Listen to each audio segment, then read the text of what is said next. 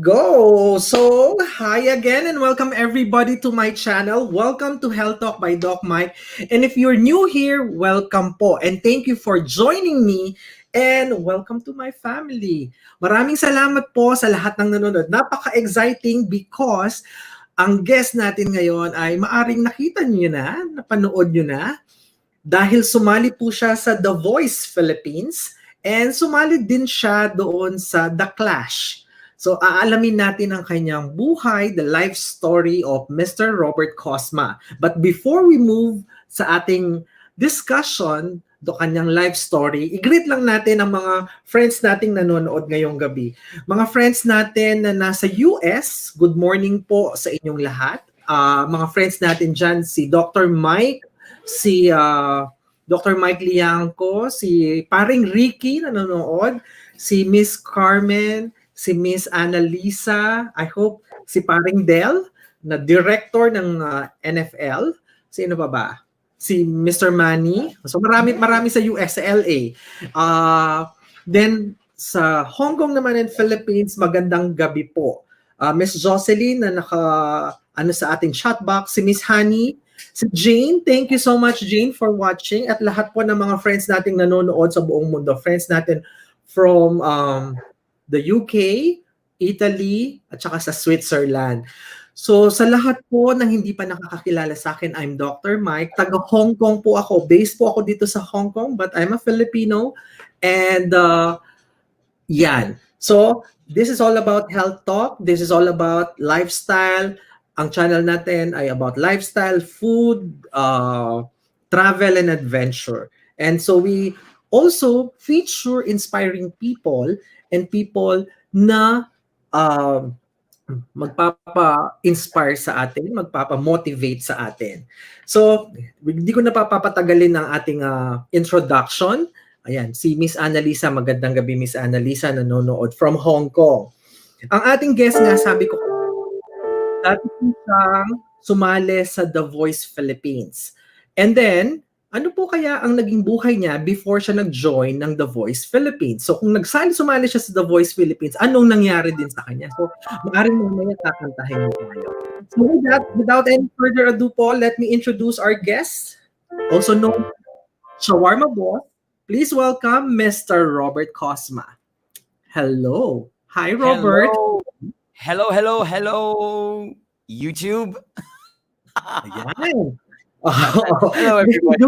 Hello. Yung trademark mo, pakiulit mo yung trademark mo on how you greet our viewers. Sige nga yung hello. Paano nga ulit?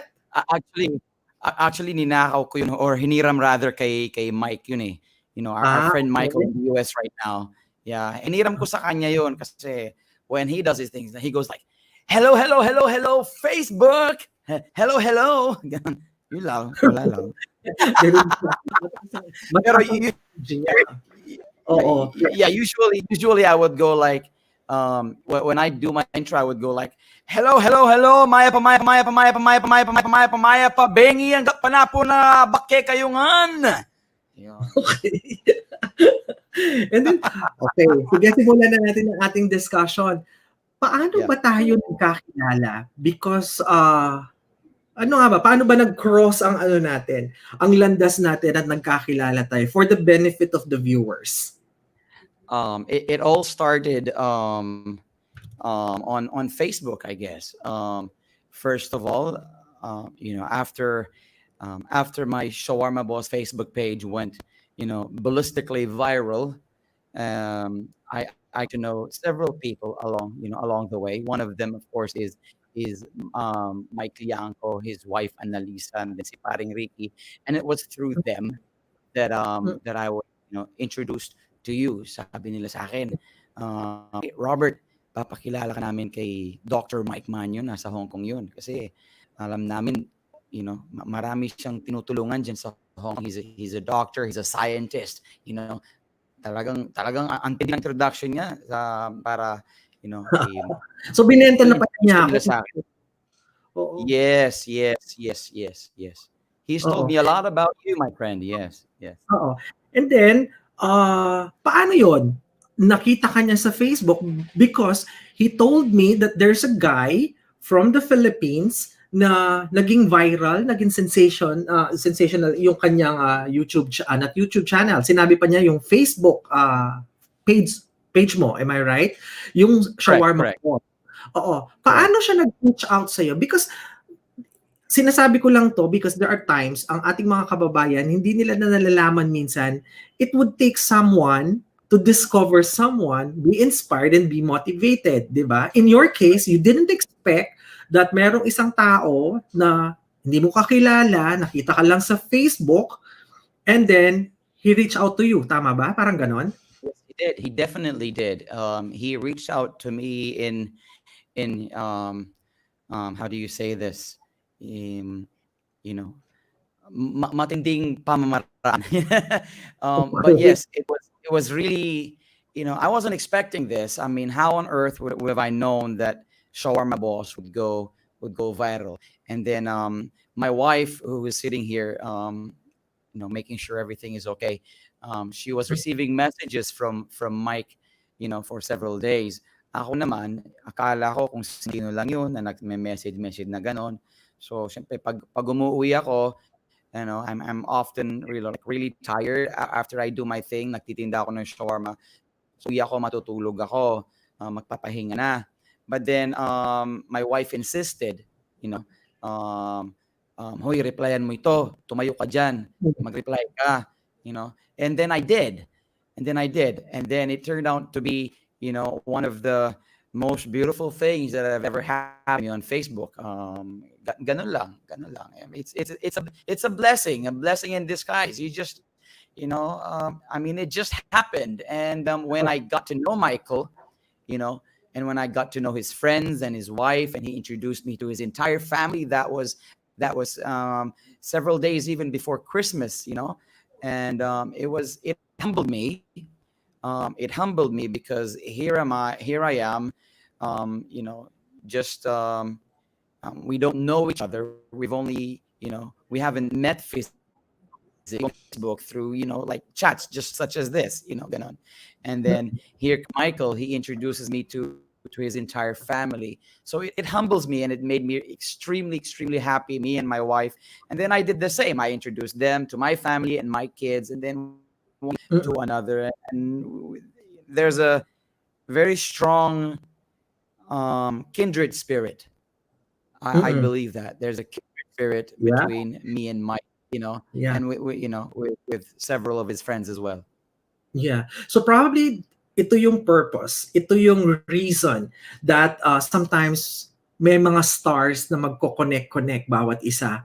And we didn't expect that makikilala ka namin and who would believe na ang dami mong followers sa Facebook and people watch you from all over the world. Yung mga kababayan pong nanonood sa atin ha, ang guest po natin ngayon, sikat na sikat siya kasi po pati po ibang kababayan natin, mga OFWs abroad, kilala po siya. I myself, Robert, I've seen Yeah. you, I watched you when you auditioned for The Voice Philippines. And I remember Mitoy won during those times, Yes, right? yes. Congrats And on that. balikan ko yung episode na yon when you joined The Voice Philippines. And I remember you sang. Can you still remember anong kinanta mo? Yung first audition piece mo. And Can I you sing could it for not. us? Para I maniwala yung mga viewers natin. like. You want me to sing it like right now, or do you want me to explain first and then sing? No, you could play it and sing. So ito po ang kanyang audition piece. Sige, tingnan Yeah. natin. Kung natatandaan nyo, maaring yung mga kaibigan nating nanonood, natatandaan itong song na to. Okay? Yung Sige, sige. sigurong second song na lang, Robert, yung Yung pinakanta alin? ni Lea na sa'yo. Yung second na lang. Oo. Yung second na lang. Yung Not, second not, na lang. hindi yung Not the una. first one. Not the first Okay. one. Okay, Reserve natin okay. yung mamaya. Oo. Here, here, Sige. here. Oh my goodness. Everybody would come to me and say,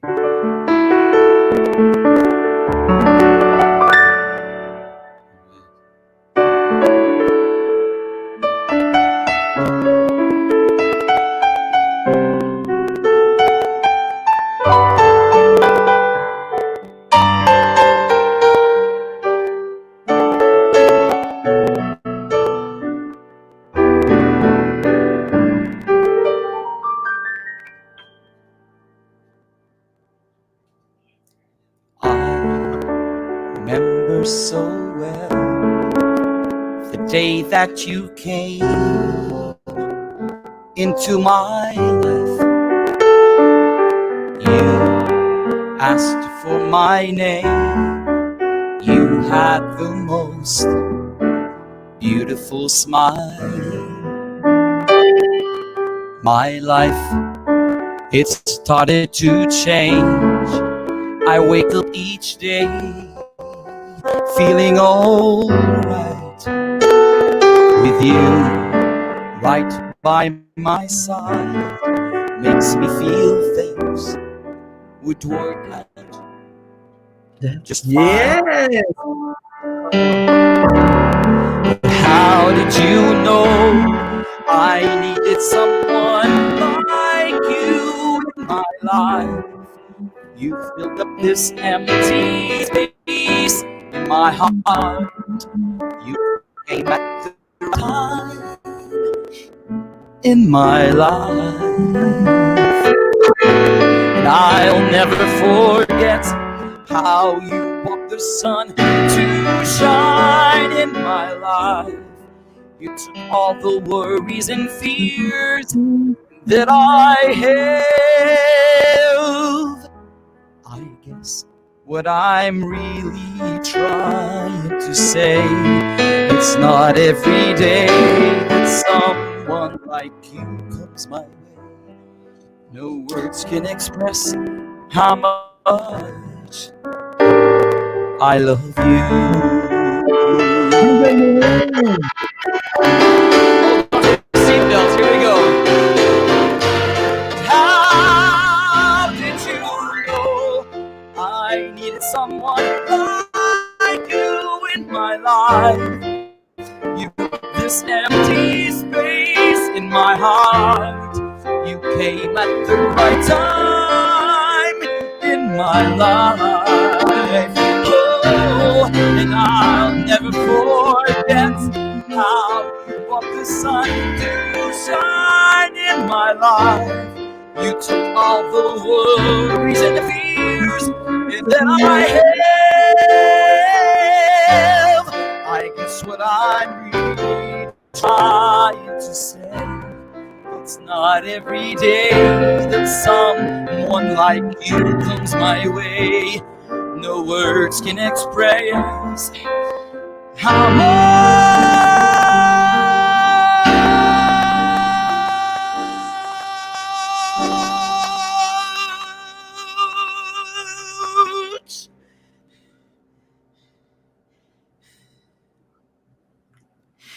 I love you. Yes. So, ayan.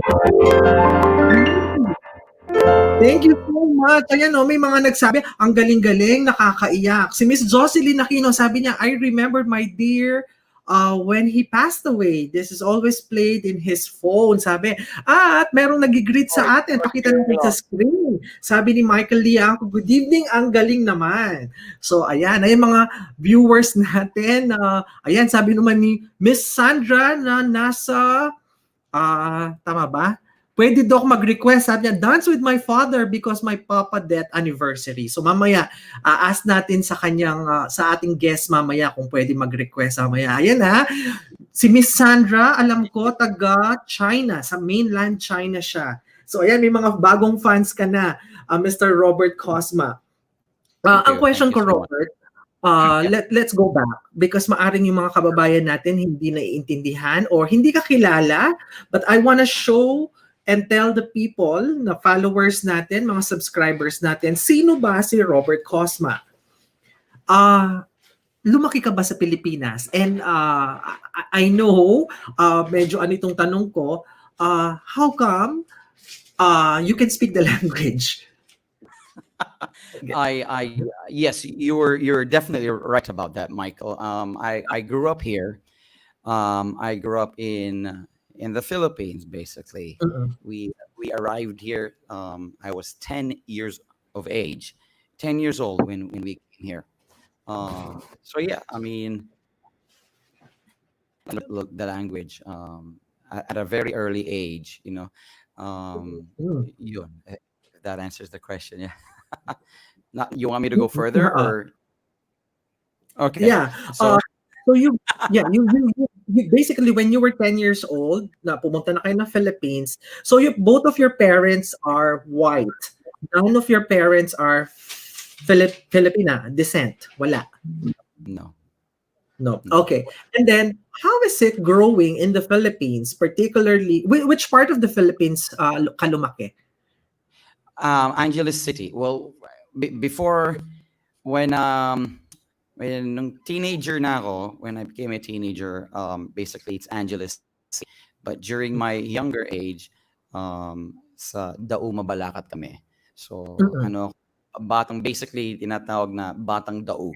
Mm-mm. Dao. Ganon. Yeah, my dad remarried. He wanted to remarry. Mm-mm. She's Kapampangan. Mm-mm. And we got here. We arrived in the Philippines. I was 10 years old, and Mm-mm. yeah, he remarried. So basically, dito na ako na naging Filipino na ako. I have a Filipino Mm-mm. passport, and so on and so forth. So I always tell this to to everyone whenever these kind of questions come across. I say, don't be deceived by my looks because Mm-mm. I may be white in skin and complexion. I may have a pointed nose or mataangos yung ilong, kulay blue yung mata ko. Pero yung puso ko, pusong kayumangge. I have a brown heart. Oo. And then, how is it growing in the Philippines? Because, well, lumaki din ako dyan sa may area ng Angeles City because nagturo ako dyan. Mm. Basically, maraming mga puti dyan before, during the bases na nandiyan. And is it easy growing up, particularly, hindi mo kakula yung the normal nandiyan, meron discrimination part ba? Have you experienced this kind of bullying A lot, nung a lot. peers? Oh my goodness, I can go on and on and on Mm, with stories on if we're gonna talk about discrimination and things like that. When I was a kid, when I was little, I was really skinny. Talagang payatot ako, talagang as in, parang butot balat lang. You know, mm, but that's just how I was physically. That's how I looked. mm, Um, and when I bullying, yes, bullying. First of all, yun nga dahil sa itsura ko, dahil sa ko, and even till today actually. mm, And mm, one major reason on why the Shawarma Boss Facebook page went viral was because of discrimination. mm, Because what it is that I was doing, yung ginagawa ko, naghahanap buhay para sa pamilya ko, tapos yung kulay ko, yung itsura ko, bakit ako nandiyan, bakit mo ginagawa mm. ito, hindi dapat dito, and so on and so forth. So if Yeah. we're to talk about discrimination, Michael, definitely big time. So, but to answer your question directly, was it easy growing up in the Mm, Philippines? For me, no, it was not. It was not. mm, But you know what? God is good, and everything happened for a specific reason. Meron siyang gustong gawin sa buhay ko, sa buhay ng pamilya ko. On the long run, di ba? mm. Um, and look where we are right now. Yeah. Yes. Oo. And then, yun nga yung naging journey mo. And then, for Yes. sure, growing up, years mo dyan, marami kang pinagdaanan. And you use this experiences na pinagdaanan mo to move forward. Yes. Because when I saw you sa Facebook page mo, I was amazed because buti pa siya ang sipag niya. Okay? Na ang dami niyang ginagawa. Hindi mo kinakahiya yung ginagawa mo because there are other people, particularly my kababayan na reklamo ng reklamo na walang trabaho, walang ganito. But in your case, naghanap ka ng paraan, you went out on the street, and then, habang nagtitinda ka, you're doing Facebook Live. Na kung saan, tuwang-tuwa yung mga tao sa'yo na you entertain them. Meron kang something in you that habang nagtitinda ka, you keep on entertaining, inspiring other people. Because nowadays, sa pandemic, ayaw natin ng malungkot, ayaw natin ng puro sad ang nangyayari, puro balita. Sad na ngayon nangyayari sa paligid natin. magiging sad pa tayo, magiging pabigat pa tayo sa lipunan, di ba? We wanna do something. Yun ba ang naging motivation mo? The Yeah. um the some more truth behind this story, Mike, is um nung nagsimula ako mag Facebook na ganyan dyan sa highway, sa may Friendship Highway, the very first Facebook thing that I did, or video I did, was literally I was crying all over the place, para akong batang maliit na nasisiraan na ng bait, na talagang hindi ko na nakayanan. I was crying and wailing and crying and crying and crying. I was so emotional. I was so down, not realizing the impact that it did. Kasi sabi ko, alam nyo, hindi ko na kayang, ayoko na yung discrimination na ito, ayoko na yung ginaganon ako. Alam nyo, ito na lang ang gagawin ko. Ilalabas ko itong nararamdaman ko sa Facebook, sabi kong ganon. So, I took my phone and I went live. And, I sinabi ko lahat ng gusto ko sabihin, umiyak ako, and not knowing, not realizing the people who were watching, were, talagang tinamaan sila, and they were touched, and they were moved by that, and they were motivated by it as well. Yung mga iba, syempre, naawa din sila sa sitwasyon ko, because it was not, a normal thing. Hindi naman kasi dapat talaga na nangyari yung ganoon. And I'm talking about the discrimination part. And then, konti-konti, after that video, people were starting to come, nakakotse sila, magpipicture sila, magsiselfie sila, ganon. Tulungan ka namin, ipopost namin to sa Facebook namin, ganon. Okay, fine, thank you very much. Balik po kayo.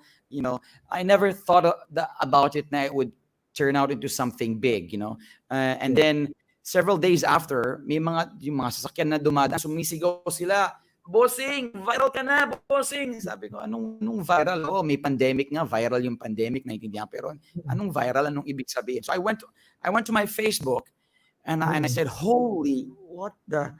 Talagang nakita ko. Then I realized and I understood, wow, what is going on? And then, and then the next video started coming out, mga ibang mga video, and then hindi alam ng mga viewers ko ito, not till today, right now. Kung sila, may hinuhugot sila pala sa akin na yung sinasabi mo na namamotivate sila, na-inspire sila. The truth is, they're doing the same to me. Yeah. Alam mo yun? Sa mga comments nila, sa mga sinasabi nila, sa mga panalangin nila, hindi nila alam yun, no? Pero kumukuha ko ng lakas sa kanila. Therefore, giving me strength, yes, to continue. In the same way, kumukuha din sila ng lakas sa'yo because nakikita nila sa'yo yung motivation mo eh. Nakikita nila na isa kang source of inspiration para sa kanila. Na kung saan, yung iba, sad-sad na, ito pa yung ginagawa. But thank you, itong mga super chatters natin ngayon. Before we proceed, maraming salamat po sa ating mga super chatters. Si Honey Love, ito si Dr. Mike Lianco from LA. Sabi niya, "Doc Mike, I really admire your advocacy, especially in helping our fellow OFWs." So maraming salamat po. Para sa lang benefit po ng mga viewers natin, lahat po ng super chatters, maraming salamat po. Because this February, lahat po ng mga dinodonate nyo, lahat po ng mga kasali sa super chatters, lahat ng manonood, meron po tayong gagawin this February sa ating first year anniversary ng ating YouTube channel. So abangan nyo po yon, mga super chatters.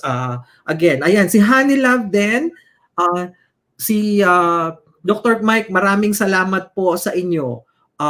Ano ba yan? USD ba yan? Or HK? Siguro USD yan. Kasi pag Hong Kong, iba yung nilalabas niya. Ito, Oo, siguro USD sa kanya. O USD sa kanya. Si Honey Love naman, yan din. Maraming salamat. HKD naman ang sa kanya. Hindi na lang ako magbabanggit ng price. Kaya nilang po tumingin. Baka po mapagalitan ako ni YouTube bigla. Okay, but maraming salamat po. Maraming salamat po sa mga nag-share ng mga blessing nila. Baka yung pong iba, ayan, si Honey Lab. Parang lahat ng niya, Honey Lab, sinishare niya sa atin. Oo. Ayan. Oo. Kaso, paano ko tatanggalin? Hindi ko alam paano tatanggalin. But anyway, Hindi ko alam paano siya balik sa kanina sa dati. Oo. But anyway, pasensya na po kasi ayan, hindi ko alam paano siya tanggalin. Oo. But I wish I anyway, could help you there. I've never done this before too, so sorry, hindi kita matulungan dyan. hindi ko nga alam paano siya tatanggalin na wala tuloy. Oo. Hindi ko siya maalis ngayon. Oh, ayan. Oh, Hindi that's naman siya matatanggal. Oo, kasi baka po ma-block ko siya. Oo, hindi ko po alam paano tatanggalin itong mga ano. Pasensya po kayo nalito oh, ako. But anyway, sige pabayaan na natin kahit na nandiyan siya. Turuan niyo po itong mga viewers kung paano ko po tatanggalin sa screen yung naka-post na yan. So wala siya wala siyang wala siyang pipindutin na para tanggalin siya. So hindi ko po alam paano tatanggalin. So ayan, hide. Oh, ayan pala hide. Anyway, let's balikan lang natin yung dati. okay. Because paano ka napasali sa The Voice Philippines? Ano ang naging journey mo papunta doon? Are you working na ba before joining The Voice? Or, so what do you do before joining The Voice? Before joining The Voice, that was a period of my life and of course my family as well. And Mm. we were going through some really tough times. Ayun, it was a chapter in our life in where talagang, you know, pwede ko siguro sabihin mahirap pa kami sa daga. Ganon. Okay. No, seriously. I mean, it was really down. Hindi ako mahihiya. No, hindi ako mahihiya. Nagtitinda ako ng shawarma kung saan-saan sa highway, mainit ang araw, umuulan, basang-basa sa ulan. So hindi ako mahihiya, no?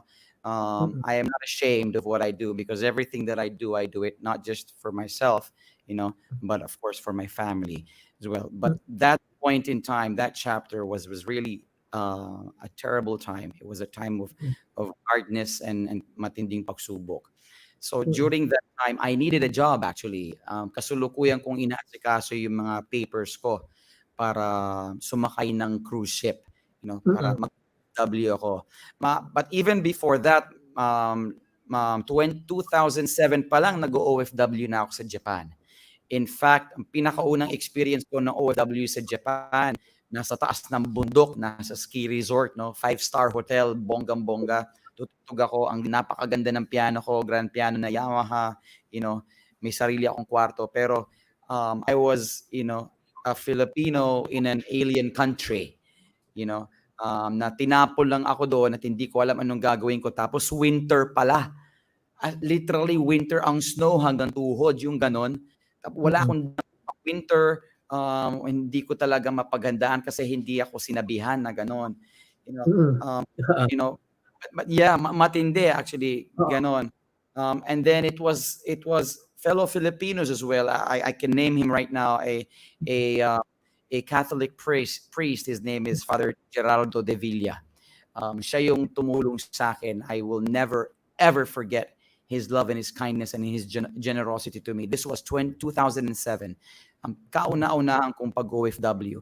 But then going back to The Voice, I'm sorry na sidetrack ako. Yun nga, I was currently working on my papers para mag-seaman ako. Seaman, no, so to speak. Entertainer sa barko. Cruise ship. And then, I ended up being, sorry, hindi ko masyado kabisado yung mga lugar sa Manila, no? Doon sa may bandang GMA. Okay? I mean, ABS, I'm sorry. ABS. ABS pala. Sorry po. Yan.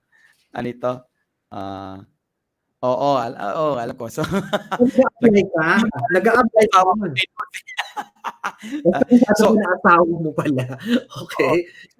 Truth is, I ended up being in line. And this is not just any ordinary line.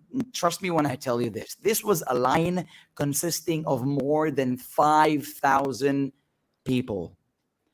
And those people, most of them are performers, they're singers mostly kasi The Voice nga. But I didn't know it was The Voice. I just ended up being, in that line, nakapila ako, early in the morning. And then, sige, sunod-sunod lang ako. Wala rin ako magawa. Medyo malungkot din ako, medyo depressed ako ng konti, iniisip ko yung mga problema ko, iniisip ko yung mga papeles ko. So, okay, you know what the hell, I'm just gonna go ahead and fall in line and see where this will take me. Yes, Oo. totoo. Ganon. Oo. And I ended up, nakapasok na sa loob ng studio. Well, hindi loob-loob, no? Basta sa loob, no? Wala na kami sa kalsada. Kasi ang pila doon parang bituka. Talagang nakapaikot na ganon. No? Ang dami. Maraming nag-audition, oo. Yes, sobra, ang dami. I mean, so when I went in there, ang dami namin. So, kanta, okay, next, kanta, then next. So, marami munang prosesong dinaanan niya. Maraming, hindi lang isang audition. It wasn't just the blind audition that I did on nationwide television. There were other auditions before that, So, Okay. marami actually. Kayo, na-trim na kayo, no? Na-trim na kayo kung sino na lang yung haharap doon sa 4 na judges. Am I right? Yes. Oo. Yes. So, nakasali kayo doon sa part na yun. Oo. Yes. So, finally, that was, I think, inabot na ako ng past 11 in the evening, Past 11 in the evening, nandiyon na ako sa mismong studio na. Hindi pa yun yung stage ng The Voice, hindi pa. It wasn't grand stage. Tawag ko dyan, grand stage, no? It wasn't there. It was just a studio. Several directors, I think, they were there. Producers as well. They asked me to sing. And I did. And then, wala silang sinabi. Pumalakpak lang sila, wala silang sinabi. Tapos, maliit na konting interview, ganon. Okay, fine. Sige, tatawagin ka namin, blah, blah, blah, blah, blah, blah. Okay. So, gaano katagal yun nung naka-receive ako ng tawag? Nearly a month? A little less than a month naka-receive ako ng tawag. Robert, you've been chosen to join the blind audition, sabi ganon. So, excited ka na, prepare ka na mabuti dyan. Yes, I did. I did, honestly. And it was very hard work, Michael. Very hard. A lot of hard work. Babiyahe ka na Manila. Wala kang pamasahe, wala kang pagkain. Yung ganun ba? But kasi, na yun nakatali na ako dun. I have to be there, I have to do this. I was motivated to do this. Why? Because there was more than 10,000 people who auditioned. And only 126 were chosen. Kung hindi ako nagkakamali. And I was one of those. In my head. Yeah, I'm sorry, go ahead. Yeah. Did you, kayo ba ang pumili nung choice, nung kanta? Nung kakantahin nyo dun sa blinds? Or binibigay nila sa inyo yon? It worked both ways, actually. Okay. Both ways. Honestly, to be truthful about the situation, hindi yun kawalan sa akin. Hindi ako nakuha ng judges or hindi ako inikutan na judges, but hey, look what happened after that. Yes. Everybody was standing on their feet. It was a beautiful standing ovation. Yung mga taong humahawak ng camera, Michael, binitawan nila yung mga camera nila, tinanggal nila yung mga hawak nilang camera, pumapalakpak sila, nakatayo sila. Leia was standing on her feet, and all the other 3 judges as well, along with Leia, were standing up. It was, I've seen that. Yeah. Kasi, para lang maunawaan, baka hindi pa nakikita ng mga viewers natin o pinanood ng mga viewers natin. Lumabas ka, syempre, Voice yun, nakatalikod lahat sila. Kinanta mo yung first song, and then, walang umikot ni isa sa kanila. Wala. And then, I think, I'm not sure if Sarah Geronimo, the pop star, yes, she mentioned na, can you sing another song? Doon mo kinanta yung How Did You Know, right? Yes. Oo. Tapos sabi ni Leia, naku, sayang. Sabi niya, you should have done the second song compared to the first one. Pero nga, iba ang storya, bakit mo kinanta yung unang song, di ba? Yes, correct. There was a story behind that, yes. Yeah, and who would believe na looking you physically, nakikita mo outer skin na wow, na kumakanta ng Tagalog song, 'di ba? Na ito, 'di ba, nakabisado mo. Kaya nga, spoiler lang. Nung pinalabas na yung episode ko, that's why dun sa interview, yung fitting room or yung dressing room, whatever you call it, hindi pinakita yung mukha ko, pinapakita lang mga kamay ko, yung mga damit ko. And then even the stage, yung first few lines ng song, naka-dim light, madilim yung stage. No, walang even the audience don't know anything. Mm-mm. Not just the people watching on TV, even the audience, they don't know what to Mm-mm. expect. I mean, but again, that was the point. Mm-mm. I wanted to share something to the audience, to the people, something that no other would have done. Because how kaya nga na sinabi mo, how would I know? How would they know na grabe, kumakanta Tagalog, isang puti, kumakanta ng Tagalog. Yung ganon. That's all I wanted to, I was so proud of Yeah. it. Proud ako, masaya ako. You know what? Hindi ako kakanta ng English, kakanta ako ng isang OPM para sa inyo. Ganon Oo. ba? Oo. So, what happened after? Because, syempre, pumunta tayo doon because ang goal natin is to win. Nakaano tayo doon, nakafocus. Hindi, wala naman siguro join ng contest na gusto mo matalo ka. No. Because you have the fighting spirit. You want to join this because you want to win. And also, gusto mong makatulong sa family mo. And Right. then, nung hindi nga umikot yung judges, ano ang naging, syempre, ano yun? Syempre parang masakit na uuwi ka. Paano mo hinandle yon? Um, that was a mixed feelings. Nung pag nandun ka sa isang stage na ganun kaganda, ganun kagrande, you know, um, and you have 5 cameras, or 4 or 5 cameras in front of you, um, iba yung pakiramdam. Um, when you're singing, tapos yung naging resulta nun. But then, after all of that, patay na yung mga ilaw, wala na yung mga camera, wala na yung, um, ano ito, iba ang pakiramdam kasi ito, magko-commute ka, Medyo malungkot sakay na, ka ng uwi ka. bus, uwi ka, pagod ka na, nalalambot ka na, gutom ka na, you know. And I came to my wife and I said, you know what, darling, babe, sabi ko, ginawa ko yung the best ko. Binigay ko. I gave it my all. Mm-mm. Binigay ko buong buo. No preservations whatsoever. Yeah. I gave it my all. I was there. I did my thing. And as a result, masaya ako sa resulta. Panalo, hindi panalo, hey, you know what? At least I tried. I But you can tried. But still then, join, di ba? You can still join. Is it's it possible? seriously, I mean, I'm not in the proper position to say that I could or I couldn't. It's what I know though for a fact is it's not easy. It's It's not not easy. easy. Kaya nga ang tindi na nangyari, Mike. Like I said, it was a blessing in disguise. It was an accident talaga nandoon ako. But then an accident turns out to be okay. It wasn't an accident. You were destined to be there at that time on that date. On that stage. Nationwide, and even till today. Hanggang ngayon, since 2013, since that episode was aired hanggang ngayon, tumatanggap pa rin Mm-mm. ako ng mga napakagandang mga mensahe, ng mga Okay. messages and comments from the people who've seen the episode. And what it does to me, it just, ano ito, hindi ko naintindihan ang sulat mo. Sulat doktor ka kasi. but, but, oo. It humbles me. Oo. It humbles me in a big way. Yeah. It's a blessing in disguise, Michael. Hindi sumama ang loob ko. Hindi ako nagalit or anything. I was, um, Anything, everything sad. happens for a I reason. was sad. Sorry. Everything happens for a reason. So, ayan, our friends, Sarah G, hello, Leia, Apple, kababayan din natin si Apple, and Bamboo, Oh, and Bamboo. Let me say something about Bamboo. okay. Thank you. You reminded me. Bamboo was a gentleman. You know, he was the first.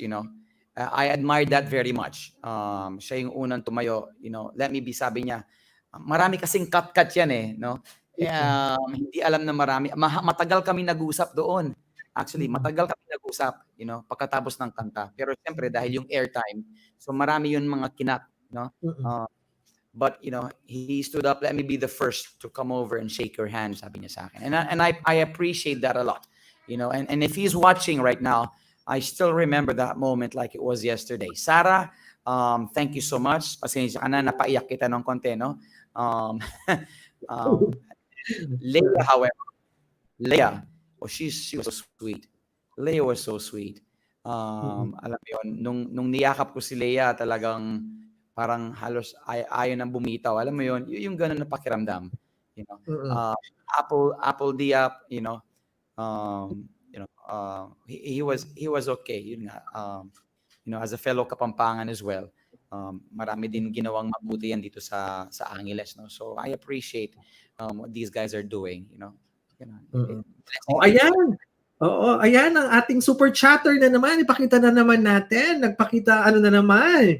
Again, Dr. Michael Liangco, maraming salamat po. Sabi niya, thank you for your hard work and dedication in being a good role model, inspiring, entertaining, and reaching out to our fellow OFW all around the globe. So maraming salamat po. Marami pong matutulungan ang pinadala po ninyo sa atin, sa ating YouTube channel. Abangan nyo po sa February, yung pong matutulungan ninyo sa mga pinapadala ninyo. Maraming salamat po. Mga super chatters, maraming salamat. O ayan, 101 ang pinadala. May one. Only one. Only one pa siya. Okay. Oo, kasi one pa siya. Ayan, hindi ko na naman alam paano itatago niyan. So paano yon? Natuloy ba ang pagiging seaman mo after Yes. after winning? Natuloy pa rin. Oo. Mm. That is, if you would allow me, going back just a little bit, Mm. growing in the Philippines was, like I said a while ago, it wasn't exactly, um, mahirap-hirap din. I mean, me personally, hindi ako lumaki, like, how can I say this you know, Mm. in a good way? Like me and Mm. my dad, we, it wasn't exactly, um, hindi kami mag-best friend, parang ganon. Mm. Me growing up was, entirely different than normal kids or teenagers and what so, um, I had some issues with my dad. It wasn't exactly like, a good relationship with my father. Um, I'm not gonna go into, in-depth details on that. Maybe in some other occasion, probably. But the point is, it wasn't a normal father and son relationship. Ganon. Mahirap, talagang matindi, no? Mm. And that resulting, it created me, because of that, there came a point in my life as a teenager, no, as a teenager, when umalis ako sa bahay, I had to run away. I ran away from home. I grew up in the streets of Dau. Pakalat-kalat ako sa kalsada, natutulog ako sa highway. Wala kang makain, wala kang mainom, wala kang damit. Um, you know, mga ibang tao nag-aalaga sa akin, kung sino-sino nag-aalaga sa akin. So I grew up, as a teenager. I also experienced growing up in several different families as well, who took really good care of me, and some of them are also in the US right now, no? Isa dyan, si Marilyn de los Santos, tsaka si Kuya Sergio de los Santos. I remember, naaalala ko ito. These people I cannot forget. They became a part of my life. It's very important na sa atin, no, pag mayroong mga tao na gumawa ng mabuti sa iyo, Yeah. wag mo silang kalimutan. Mm. Maging maliit na bagay man yan, malaking bagay na yan, always Mm. remember them. Oo. Kasi si Madam Jocelyn nanonood, Oo follower nga, din. from Hamburg, Germany. So, ang dami pong nanonood sa atin. Hello po. Si Miss Jocelyn, how will I pronounce her last name? I Ron. Rice. Pasensya po, hindi ko po alam i-pronounce. So, tatanungin natin sa mga German friends natin kung paano po i-pronounce ang last name ninyo. But anyway, Yeah. yeah. Robert, during this time, were you Mm. able to forgive your dad? Were you able to move on? Because you are Yeah. Yeah, I'm sorry. Go ahead. Finish your question. I'm sorry. My bad. yeah, because maaring yung mga kababayan nating nanonood sa atin ngayon, some of our viewers, some of our subscribers, na they feel you because some of our kababayans umaalis sa bansa natin to find a living abroad to help yung mga family, loved ones. In your case, may wound ba? Yung wound ba na yon nag-heal na or nandyan pa rin? And During what yeah. during that time, no, I'll be more than, Mm, I'll be more than happy to share this with you. Like I said, hindi ako mahiyain na tao.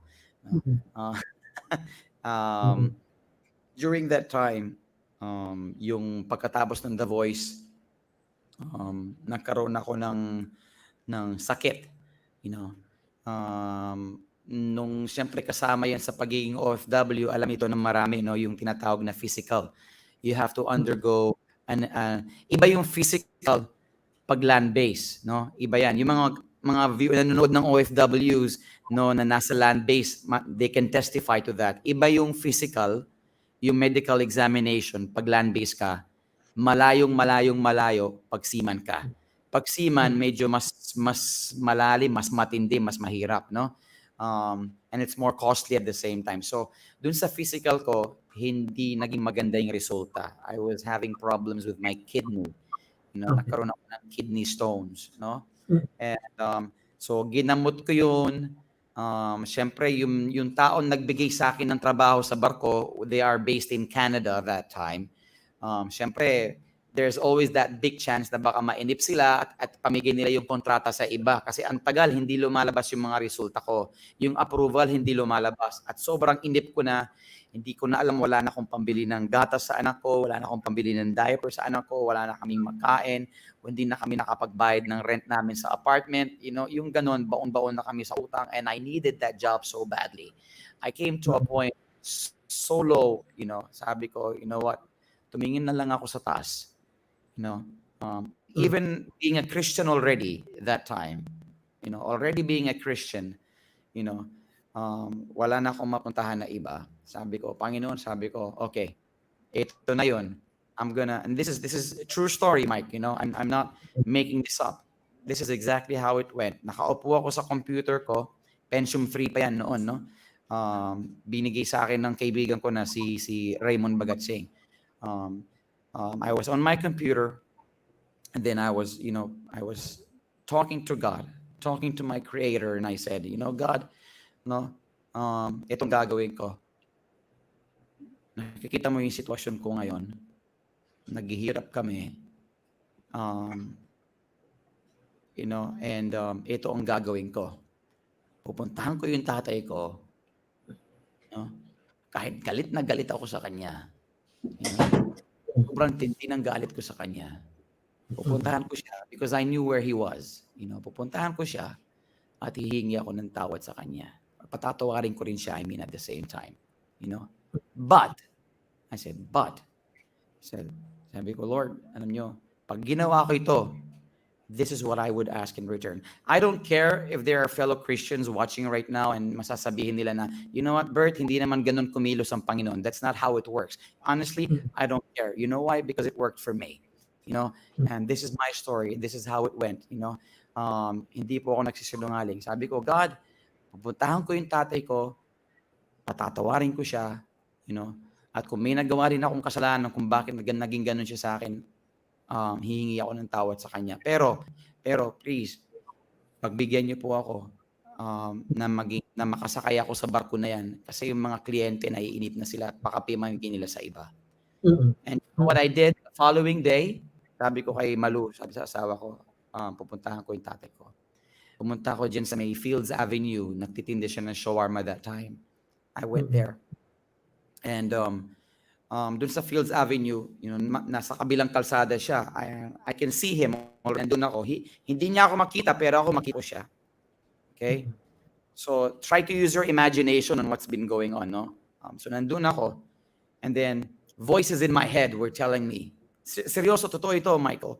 Voices in my head were telling me, you know what, Robert, wag mong puntahan yan. Alam mo naman ang gagawin niya sa'yo niyan eh. Wala naman mangyayari dyan kahit puntahan mo. Wala pa rin, it's not gonna resolve. Voices in my head, I was hearing those voices in my head. But, I said to myself, you know what? No.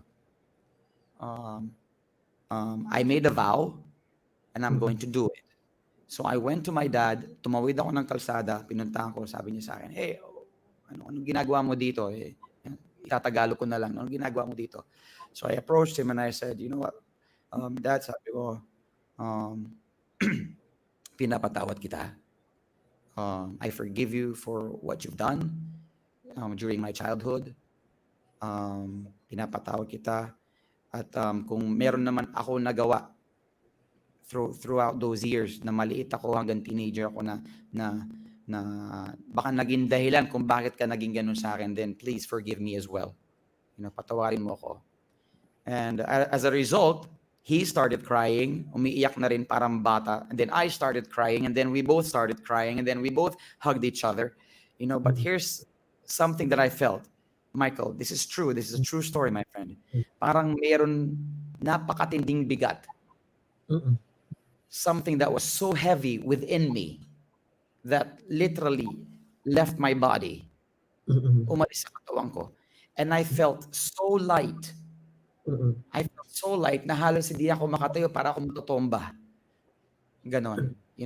Because imagine all of those years, that hatred, and that anger, binibit-bit-bit ko yun. Nawala. Yeah. So I went home. I told my wife. That was late in the evening already. I told my wife. She started crying. Then I started crying. Then we both started crying. Then after that, 2 days after, nandoon na naman ako sa lumang computer ko. Magsisend ako sana ng isang message dun sa kilala kong pastor. Manghihingi ako ng prayer sa kanila. Just before I was gonna press enter on the mouse, I received a text message. And then that text message was, Mr. Robert Cozma, please report to the office. Your medical is okay. Pwede ka na. Wow. Wow.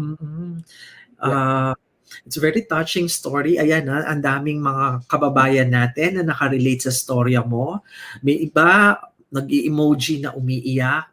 Maari nga, ito yung way kaya hindi ka nakapasok sa The Voice, and ito yung way na meron kang purpose na binigay ni God para sa iyo to be the voice ng mga taong may pinagdadaanan din na kagaya mo.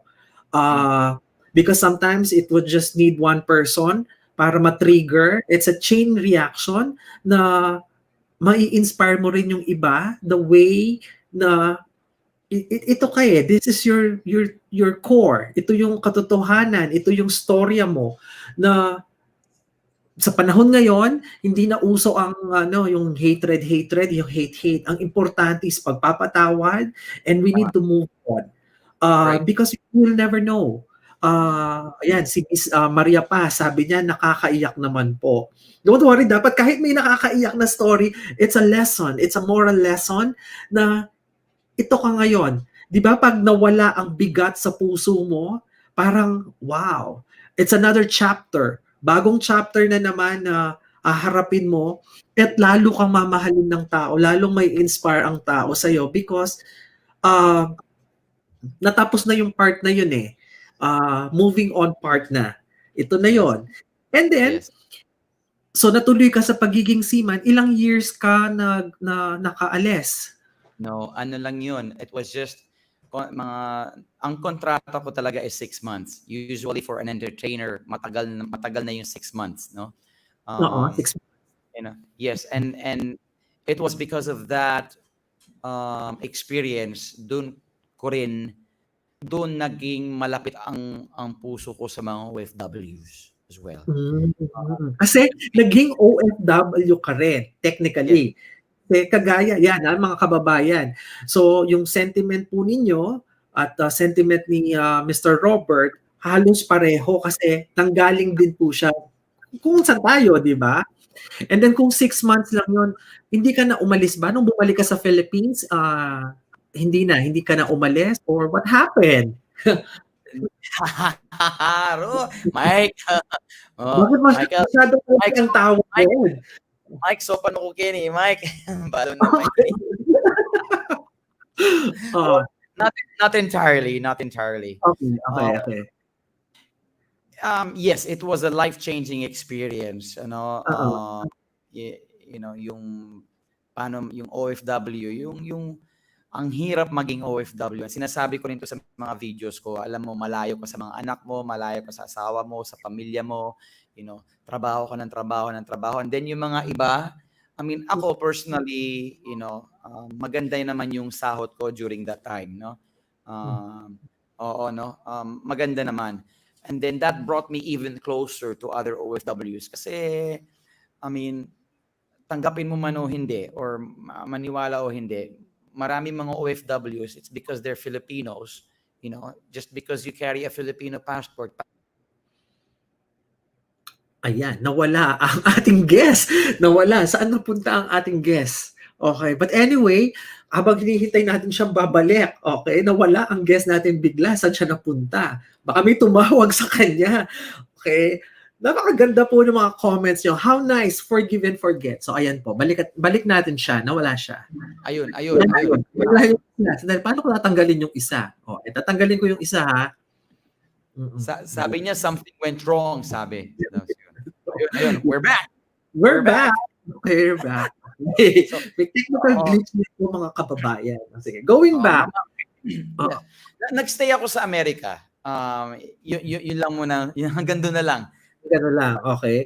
And then you stayed in and then I went back home. Yes, of course. home. So, And then, umuwi ako.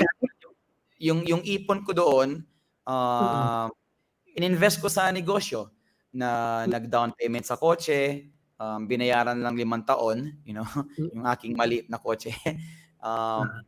First car ko yun, kaya love na love namin yung kotse na yan. My wife disagreed for a bit. Yeah. After doon, so nag-business ka, kasi parang ngarap din ng mga kababayan nating OFWs yan na makauwi rin sa Pilipinas to be united or reunited with their loved ones, makasama ang pamilya, mga bata, at mamuhay ng tama.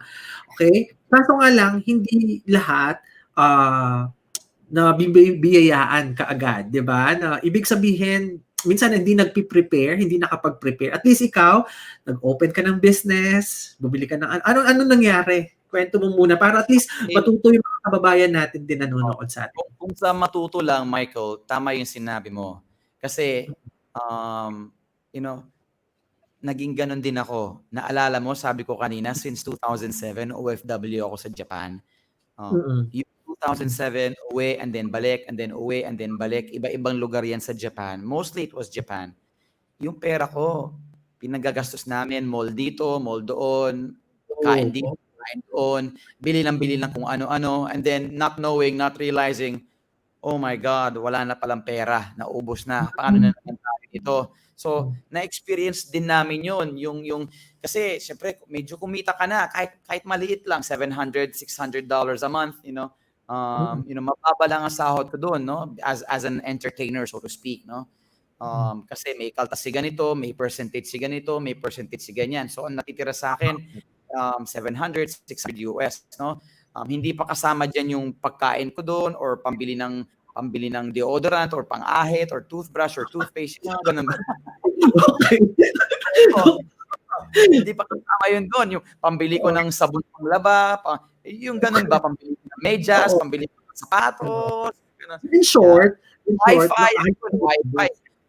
Wala pang Wi-Fi time na yun. Diyos, mahal pang pag-call nun. So halos nauubos din yung pera na sahod sa ibang bansa. So yung mga kababayan natin dito, lalo na yung taga Hong Kong, wag po tayong bili ng bili, mag-ipon po tayo kasi we'll never know. Dahil na po sa pandemya ngayon, baka po biglang pauwiin tayo. Sana po may sapat na ipon po tayo, di ba? Tama. And then, nung nakauwi ka na sa Philippines, you started opening a business. So what happened? Yun ang naging moral lesson namin, Mike, yung mga experiences ko sa Japan. Ang pinakamagandang experience ko sa Japan was, in fact, nakapasyal din yung asawa ko doon sa Grand Hyatt. That was in Fukuoka, Japan. It was the most amazing experience. Doon din ako, because of that experience, doon ako na in love sa Japan. It was because of that. At ang ganda ng sahod ko, ang ganda ng accommodations. I had an opportunity na na dalhin yung asawa ko doon. Yung hotel manager, marami siyang mga empleyadong Pilipino rin at laging bumabiyahe sa Manila. Kaya nung nilapitan ko siya, sabi ko, "Sir, I mean, is it okay to have my wife come over without paying anything extra? Can she stay in my room? You're Filipino, right?" "Yes, sir, I am." "Okay, I've got lots of Filipino friends in Manila, and as a matter of fact, okay, you can bring your wife. She can stay in your room. You're not gonna pay anything extra." Ganon. So, uh, but, yung mga experience ko una sa Japan, yun naging moral lesson yun. Kaya yung Fukuoka experience ko, tapos yung America before that, yun talaga nag-ipon talaga kami. Tapos nag-invest. Nag-invest Okay. sa negosyo. Ganon. Oo. Ayan, Negosyo agad. Negosyo agad. nakaka- nakaka-relate si Miss Sandra. Sabi ni Miss Sandra, resibo na lang ang natitira daw sa kanya tuwing sweldo niya. Okay, relate ako na. Siguro masyadong magastos si Miss Sandra. Kaya ganyan na, resibo na lang ang natitira sa kanya. And then, I heard na nag-join ka rin ng The Clash. Oh, yes. Kasabay ba nung pag-open ng Shawarma Boss? So, Yes. nung umalis ka, na-stop ba yung Shawarma Boss or yun yung pagbalik mo, inopen mo na yung Shawarma Boss? No, Shawarmaboss had to go on no matter what because Oh, 2013 Shawarmaboss that was. Nag-start ang Shawarmaboss 2013. mm-mm, Nag-umpisa kami sa parking lot ng SL Supermarket under the mm-mm, heat of the sun, under the rain. Parang like, it's a little like what I'm going through right now. Kaya sabi ko yeah. sa asawa ko, parang sabi ko, so we're back to basics, parang ganon na ulit, no? Kasi ganun kami nagsimula, although Mm-mm, nung simula kami wala kaming kotse, no? mm-mm, Matagal din kasi ako nawalan trabaho, kaya importante tuloy-tuloy ang negosyo. So, hindi nag-stop yung Shawarma Boss. mm-mm. Yung pag OFW ko, still ginawa ko yun pag may pag may opportunity ako, nag-OFW ako para sa Ah, ganon, meron kaming kinikita extra. sa negosyo. Yes, Oo. meron din extra. So, sa akin, talagang doble kayod. My wife takes care of the business here, while I take care of business away from my family. Oo. OFW na naman ulit. Tutugtog na naman ulit tuwing gabi, kanta ulit. Ganon. Yan. Oo. 2018, So now, 2019, pinakahuli ko. 2019. oh, Barko na 2019. naman yun. Barko na naman How, yun sa Italy. oo. How's Shawarma Boss now? Nakakailan? Marami ba na tayong mga panawagan natin sa mga viewers natin, mga friends natin taga Angeles, tama ba? Angeles City. And Tama. kakailan tayong shawarma in a day. O ayan mga friends natin gustong-gusto ang shawarma. I-promote natin 'yan. Mga friends, mga doctors, mga friends ko sa Angeles. Si Mayor, yung mga taga yan, sa mga Holy Angel University, sa Angeles University, kaso walang mga pasok pa lang ngayon, di ba? Oo. Wala. Ayan, Wala. oo. I mean, kung pandemic, no, pinag-uusapan yung shawarma boss at negosyo. Since nagsimula yung pandemic, kami, sabihin natin, komportable na sa loob ng mall. Komportable kami sa mall, aircon. Sabihin Mm, natin parang kulang na lang, halos sitting pretty ka na lang, gano'n. Pero sa story ako kasi, kahit nasa loob kami ng mall, laging hawak-hawak ko yan. Yung mga taga-Angeles, yan, alam nila ito. Itong nasa likod ko, yan, mm. yung sign na yan. Meron akong ganyan, hawak ko, meron siyang hawakan sa likod. Hawak-hawak ko yan sa loob ng mall sa may escalator. Oo. Shawarma po, bili na po kayo. Ayan, dito lang po. Yan, bili na po kayo. Yan, ganon. Oo. Ganon, araw-araw yun, walang paltos. Araw-araw yun. Kahit ako yung may negosyo, ginagawa ko pa rin yun. Oo. Literally, araw-araw yan. So And hands-on talaga kayo, mag-asawa. Hands-on kayo oh, talaga sa business niyo, no? hands-on talaga. Oo. Guys, you know what? I mean, please do not be offended. Marami kaming nakita lalo na sa loob ng mall. People who wanna do Mm, business. Mga taong gusto magnegosyo. Lalo na, I mean, sa loob ng mall o hindi sa loob ng mall, sa loob o sa labas. Um, Laging hands-on dapat. Marami akong nakita negosyante, marami silang pera, limpak-limpak yung pera nila.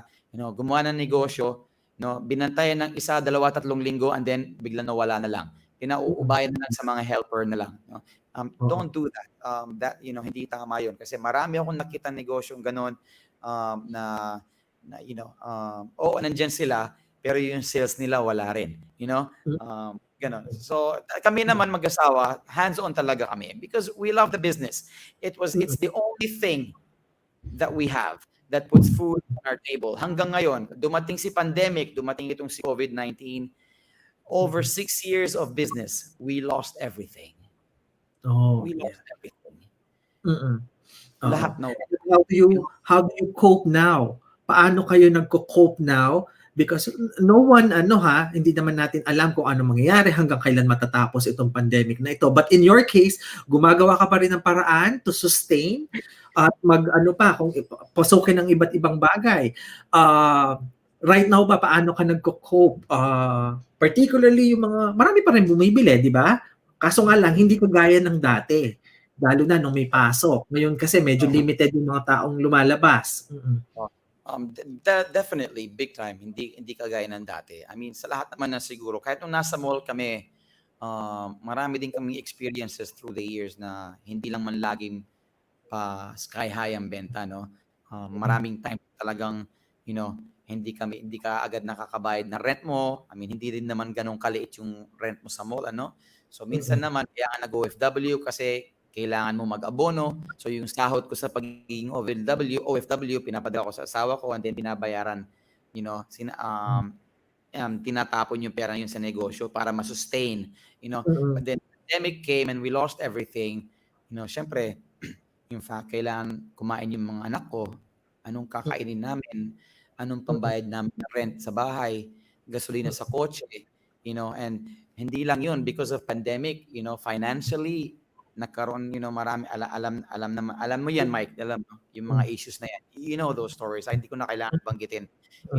Maraming consequences because of that pandemic, this pandemic rather. But I had no choice. Nag-umpisa kami online, try namin magbenta ng shawarma online, hindi pa rin masyado nakiklik, hindi pa rin masyado, meron naman mag-order online pero konti lang, hindi sapat, yung ino-order online hindi sapat pambili ng ulam sa palengke, no? Kasi paikutin mo yung pera mo, pambili mo rin ng supply, di ba? So my wife actually, it's my wife's idea to hit the streets. Go to the streets. Oo. So dati kung sa mall, ngayon sa street na. Nasaan kayo ngayon? Sa mga friends nating nanonood, taga Angeles, saan yung, paano ba yan? Store ba ang tawag doon? Stall. Kung saan kayo, ano yung time ninyo? May time ba kayong specific time? May ganun ba? Pwede bang i-announce yun o hindi pwede? Bawal yun. Pwede. Hey, guys, you know what? Hindi ako nahihiya. Nasa highway lang ako, sa may Friendship Highway lang. Umaraw, umulan, no? Yung isang supporter ko sa Facebook, si Madam Remy, bumili siya ng payong para sa akin. Sponsor siya ng payong. Thank you. Ganon kasi nakikita niya lagi nabibilad ako sa araw, sa init, tapos pag umuulan basang-basa, as in talagang basang-basa ako. So I'm not ashamed. Nandun ako sa highway, sa may Friendship Highway, Friendship Highway, harapan ng Garfield Car Wash Station 2. If you're going pong mga taga-Angeles, kung papunta po kayo ng Korean Town, galing ng Angeles town proper going to Korean Town, madadaanan niyo po ako, no? Kung galing kayo ng Angeles going to Korean Town or Clark Air Base, bago po kayo makarating ng Sunset Estates or Westfield School, ano po? Bago nyo maabutan yan, makikita nyo po ako. And then if it's the other way around, from Clark or Korean Town going to Angeles or San Fernando, after Sunset Estates or after Westfield School, literally harapan ako mismo ng Garfield Car Wash Station 2, kasi dalawa yung Garfield pala. Meron pang isang Garfield dun sa may bandang McDonald's, dun sa may stoplight dun, malapit sa Korean Town. So yung isang Garfield, yung isa, no? Shout out sa mga nasa Garfield Car Wash, yung owners. They're very nice people. So ayan, anong oras ka na doon para sa mga kababayan natin na napapadaan sa area na yan? At least aabangan ka, mag-order sila. Wag muna kayong kumain para at least pagdaan nyo doon, bumili muna kayo, ha? Mga naging estudyante ko, mga friends ko nandyan sa area na yan, sa Clark area or doon sa Friendship, mga dumadaan sa lugar na yon. Anong oras ka nandoon sa area na yon? I'm supposed to be there. Dapat talaga nandun akong alauna. 1 o'clock in the afternoon, yes. Minsan, pinaka-late 1:30, no? 1:30. So ngayon, Hanggang imbes na 1 o'clock, let's say 1 o'clock hanggang dapat pinakamatagal 4:30 kasi dun sa lugar ko, dun sa highway, dumidilim dun. At saka maraming mga lamok. Alam mo, mga lamok. Ganon. Okay. Okay. Kailangan mag-lotion. Tama ba? Oo, kailangan mag-occlusion. Oo, hindi Oo. pwedeng magtagal doon. Although maraming instances, no, ewan ko ngayon, medyo talagang nag-overtime ako lagi. Kaming dalawa ng asawa ko, nag-overtime kami. Inaabot kaming 5:30. Minsan, nung nakaraan araw, inabot kami hanggang 6:00, no? Oo. So, sana hindi kami abutan ng ganon. Pero yun nga, 1 o'clock in the afternoon, Oo. 1 o'clock in the afternoon hanggang 4:30, makakaasa po kayo, nandiyan ako. No? Mm. And then Aside every Saturday. Saturday, Saturdays, yes, even on Saturdays, Mondays to Saturdays. And then pag Saturday, nagdadala ako ng special na kebab as well. Ganyan. Okay. Aside, It's not just shawarma. just, Meron din kaming kebabs. Meron din kami yung tinatawag na kabsa. Kabsa is an Arab delicacy, it's roasted chicken with roasted potatoes with rice, no? Antindi nun. And then meron din kami yung tinatawag na sikat yung hummus, yung ididip mo sa yung tinapay na shawarma, ipapatong mo sa apoy, hindi sa kaserola ha, sa apoy, and then hintayin mo siyang medyo uminit, lumubo ng ganon, and then kukunin mo, hati-hatiin mo ng ganon, tapos ididip mo, isasawsaw mo siya dun sa hummus, tapos kakain mo ganon. It's literally, this is Mediterranean food. This is Arab food at its ultimate genuinity. Hindi ito yung hula-hula lang or anything like that. It's authentic. It's the real deal, guys. At a very affordable price. 120 lang, dalawang shawarma na yun. Di ba? Saan ka ba pupunta dito? Dalawang shawarma na yun? 120, dalawang shawarma. Buy one, take one. Ay, okay. Oo, ayan yung mga kababayan, saan ka pa? Oo. Buy one, take one. Di ba? Yung po mga kababayan natin ulit, from Monday to Saturday, nandun po si Sir Robert along Friendship area, malapit do Sunset Estate, am I right? Oo. Doon po siya at least 1 o'clock or 1:30 hanggang 4 o'clock. Pero kung maubos ka agad, so syempre, paano yun kung maubos ka agad, ma-sold out ka agad? Baka pupunta sila sold out na. Kung maubos agad, yung mga unang experiences ko diyan sa lugar na yan, pag naubos, uuwi ako, then babalik na naman, tapos uuwi na naman ako, then babalik na naman, ganon. So, konti-konti na napag-aralan namin yung proseso, natuto kami. So, ang nangyayari ngayon, ako nandoon, early in the morning, magcha-chop na ako ng gulay, magbabalat ako ng bawang, sangkatutak na bawang, gulay, no? And then, si Malu naman, yung asawa ko, no? Siya naman ang maghahanda ng mga shawarma. And then, ako naman, dadalhin ko na doon, pupunta ako doon, ibebenta ko na yung shawarma. And then, pag medyo kailangan pang gumawa ng shawarma, itong si Malu, gagawa ulit ng shawarma, and then pupunta siya doon. So, lately, ngayon, these past few days or weeks, nakakasama ko na rin siya araw-araw doon. Oo. How about for those people na gustong mag-order sa'yo? Do you accept order? May 2 days before the order? Kasi for sure, dudumugin ka niya ng mga friends natin nandyan sa Angeles. I hope so. Dumugin niyo ako, okay lang. Bukas na bukas, dumugin niyo ako. Nandun ako bukas, kaming dalawa. May contact number ba na kung saan pwede nilang kontakin? So paano? Because I have some friends dyan sa lugar na yan. So kailangan natin guluhin sila. Mag-order ka kasi may party, maring gano'n sila. May experience ako dyan sa phone number niyan. Dati yung phone number namin nasa Facebook, no? Kitang-kita ng buong mundo nung nag-viral. Press ng madaling araw, 4:00 ng madaling araw, walang tigil yung telepono, tumatawag. Oo. Si Boss ba ito? Si Boss ba ito? Ikaw ba yun? Gusto ko makipag-usap ng madaling araw. Instead na mag-order. Nagigit pa ako Sino ito? Sino po sila? Hindi. Napanood ko po kayo sa Facebook. Sige po. Siyempre, hindi mo pwedeng suplataan or hindi mo pwedeng pagalitan, no? Siyempre, no? So, sige po, maraming salamat. Matutulog muna ako, ha? 4:00 pa. Ganon. So, ang ginawa namin, tinanggal namin yung phone number. So, kung may gusto mag-order, ano na lang, through chat na lang, dun sa Shawarmaboss Parang page. dedicated ano Okay, kayo, okey. oo. Mm. Oo. Oh, yun Sa na. Yung mga nagbi-birthday or may mga gatherings na small gatherings or family gatherings na gusto niyong mag-order, o yan, Oo. mag-order kayo May ng 10, tinatawag ng kaming ano, 20. meron din kaming tinatawag, may naimbento ako or naisip na idea, which is ginaya din 'no. Lately nakita ko rin ginaya, tinatawag shawarma party, tawag ko. So kagaya ng sabi mo, Mike, kung may birthdays or may event, meron akong shawarma anong tawag dun? Parang Bilao.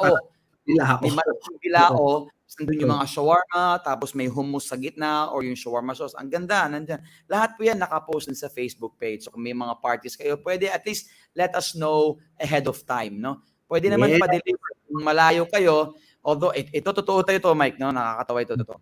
Pwedeng mag-order ng shawarma? Yes, man po. Yes, pwede po. Ilang shawarma ang gusto nyo? Ano lang, isang buy one, take one. Opo, madam, 120 lang po plus yung rider. Saan po yung Oh, location nyo, madam? Dito po ako sa may Mindanao. di Mindanao. ba yung mga ano na, huwag manloko, di ba? Hindi, sa Mindanao talaga. Ay, Diyos ko. Diyos ko. Oo. Hindi pwede yun, Diyos ko. Anong gusto mo? Isasakay sa aeroplano yung shawarma ko. Mas mahal na yung pamasahe ng shawarma kaysa sa... Di ba? Within Angeles City lang muna. Within Ah, Angeles, San Fernando area? Paano yan? Siguro yes, pati San Fernando, Dau, Mabalacat, meron. I Oo, have, pwede yan. there are people from Tarlac and Concepcion. Sila mismo pumupunta. Kanina may bumisita sa akin, galing daw sila ng Bataan. The Oo. Baluyot family, galing sila ng Concepcion, yan, mga suki namin yan. Shout out sa mga Baluyot family.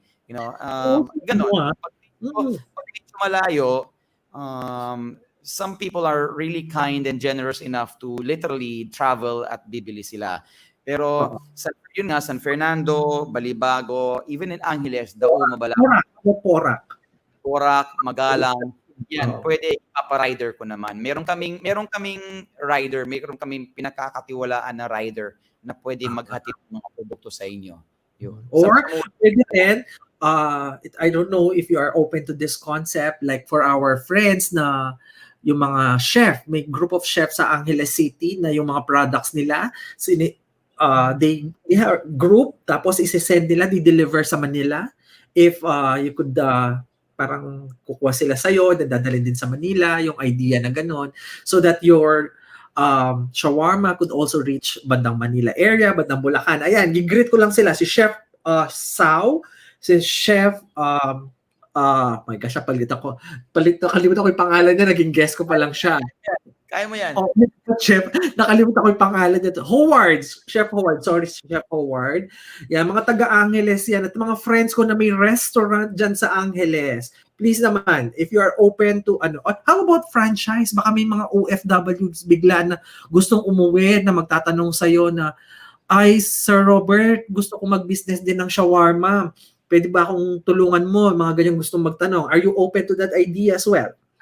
I've been getting a lot of, well, hindi naman masyado marami, no? I've been getting people who are asking me questions or advice in terms of anong negosyo, anong gagawin na negosyo, or what if na ganitong negosyo. Ako, sagot ko sa mga nagnenegosyo. But to answer your question directly, yes. However, sad to say, no, I'm not gonna go into details.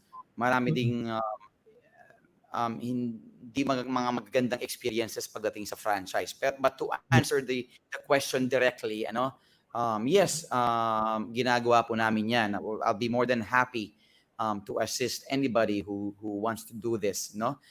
As a matter in fact, marami na akong pinagawang mga iba't ibang concepts from tiny small mall kiosks to a humongous, medium-sized restaurant, no? So kung gusto nyong gumawa ng restaurant ng shawarma, hello, meron tayong konsepto para diyan. Meron tayong mga 3D images para diyan, ano po? So, yeah, it's possible. But for those naman na hindi naman shawarma yung kanilang gusto at gustong mag-venture into other business, my advice would be is, stay original, kung anong special na meron ikaw, what do you have to offer? Something that's original, something that's unique, yung ikaw. Yung ano ikaw, yung ganun. As much as possible, wag kang gagaya or but that's just me. Ako lang ito, Mike, no. Ayoko kasi yung gumagaya ko. Ayoko rin kasi yung sasabihin mo, hindi, nilagyan ko ng konting twist or twist. Ayoko ng mga twist-twist, no? Oo. Ang baksa ko lagi, no, I'm not a twist guy, you know? Oo. Ganon. Yung be So, original, sabi nga. yes, Be original. authentic. Di ba? Original. Parang ako, an example of that, every time nakakanta ako, Mike, nasa as an OFW, pagkakanta ako, ang unang-unang sinasabi sa akin ng mga audience ko is, Robert, you know what? I've listened to that song so many times, but every time I hear you sing the song, to me, it's like an entirely different new song that I'm hearing every time I hear it from you. Ganon. So if you're gonna do business, own the business. Do something unique.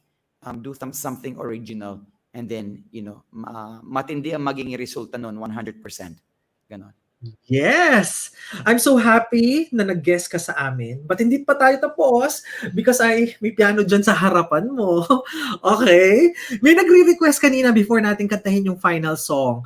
Can you do the Dance with My Father? Kaya ba Di, yon? di naman sa ayaw. I mean, it's not part of my pondo. Okay. Sige. Yung No pondo. worries. Sige, sa susunod, dapat gagawin natin yon na ano, para in concert, Mr. Robert Cozma. Okay? If I would ask you to, syempre, i-end natin yung program na ito, to sum up your story, life story, okay? In a song, what song would it be? And also, para makarelate din ng mga OFWs, anong song ang pwede mong i-dedicate sa ating mga kababayan na it's the story of my life. Ito ako nang galing. Hindi man ako pure Filipino. Nandito ako sa Philippines. I could speak the language. I could, you're doing so much things na maaring yung ibang kababayan ko na totoong Pilipino, reklamo ng reklamo sa buhay. But here you are, pinili mo to stay in my country, in our country, Philippines, and you're doing so much. Lahat ginagawa mo for the sake of your family, for the sake of your loved ones. Yes. It's a story, your story is about your life. Kung anong pinagdaanan mo, a source of inspiration, a source of, parang ikaw ngayon ay tinitingnan ng ibang tao na buti pa ito, siguro kaya maraming nag-join doon sa Facebook page mo because nakita nila yung authenticity mo, yung uniqueness mo, na sana yung ibang tao magsipag din. Because malayo ang mapupuntahan ng isang tao kung masipag siya. Huwag tayong magreklamo, huwag tayong mahiya for as long as it's a decent job. Just go on.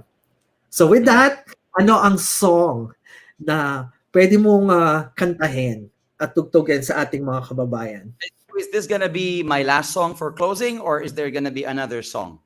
Or if you Because meron ka bang right now my mind is going nuts, and I can think of so many songs. As to be honest with you, Mike, and di ko ito pagkakait sabihin,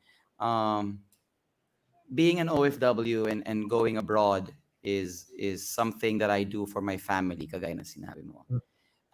But me, generally speaking, as a Christian as well, I just fell in love with gospel music, and for me, that's what motivates me. That's what, mga nanonood sa akin, no? Minsan nagla-live ako habang nagda-drive ako ng kotse. That's what I do, I play my music and I pray and I sing and I worship, and I'm not shy about it. Hindi ko kinahihiya yun, I'm not ashamed of the gospel, of Jesus Christ, ganon. And this is not a religious event or anything like that. There are several songs that I can think about, but one song that strikes me most and in a big way, especially sa mga OFWs, mamaya puntahan natin yung isa. Sige, may bonus pa para sa inyo, no? Yan, may bonus pa tayo, ha? Oo. Kinanta ko ito nung napanood mo ba yung Harana ni Bossing? Napanood mo yun, Mike? Were you able to watch that? Of course you did. Of course. Why am I even asking? Ganon. It's a song by Freddie Aguilar. Um, the song Anak. Yan, Yeah. makaka-relate ang mga kababayan natin. I truly hope so. Because my experience when I was an OFW, whenever I sing this song, it goes literally through the heart of a Filipino, especially a Filipino who happens to be on that ship or in that hotel at that particular time, at that particular place, at marinig niya itong kantang to, hindi pwedeng hindi pumasok yan. At pag pumasok na yan at umupo na at narinig at nag-order ng drink at pagkain, hindi nila magagawang kumain or uminom because they're gonna, you know, yung mga iba, literally, they're gonna fall on their faces and then they're gonna start crying like a baby. And the only reason I think behind that is because being an OFW is not really easy. You leave your family behind for a specific reason. Kailangan mo silang buhayin, and so on and so forth. But this is one song. If kung okay lang sa inyo, Yeah, no? Yan. sure. Yeah. Yan. Ang wait lang bago mo ilagay yung reverb. Ewan ko kung alam ito ng mga ibang kababayan natin. Sobrang tindi ng kantang ito, Mike. I don't know if you know this, no? Ginawan pa nga ito ng Japanese version sa Japan.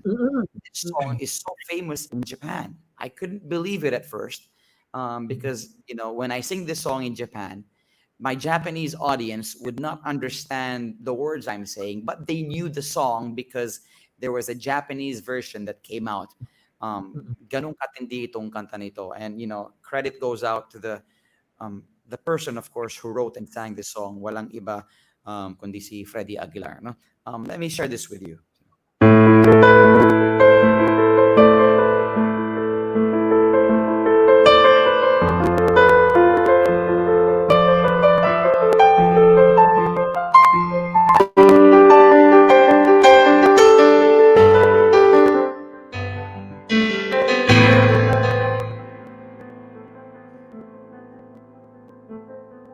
Nung sinilang ka sa mundong ito, king tuwa ng magulang mo, at ang kamay nilang iyong ilaw.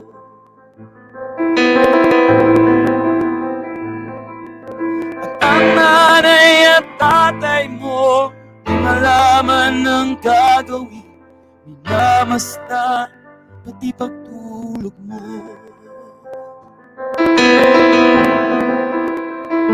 Sa gabi napupuyat ang iyong nanay sa pagtimpla ng gatas mo. At sa umaga naman halong ka na iyong ama, tuwang-tuwa sa'yo.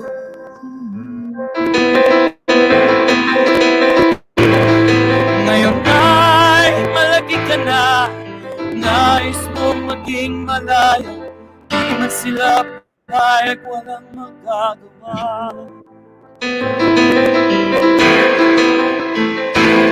At ikaw nga'y biglang nagbago, naging matigas ang iyong ulo, ang payo nila'y sinuway mo. Di mo man lang inisip na ang kanilang ginagawa ay para sa'yo. Pagkat ang nais mong masunod ang layaw mo, di mo sila pinapansin. Kung nagdaang ang mga araw, ang landas mo'y naligaw, ika'y nalunod na sa masamang bisyo. At ang una mong nilapitan, ang iyong ninang lumuluha, at ang tanong, anak, ba't ka nakaganyan?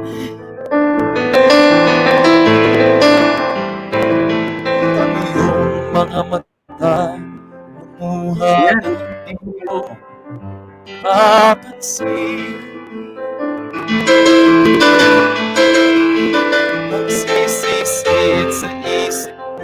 na ika'y nakangiti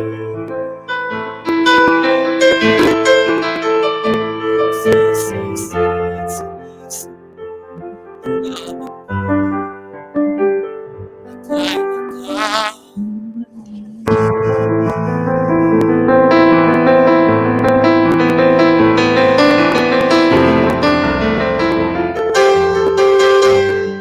Yung kumanta, sabayan niyo po yung kanta.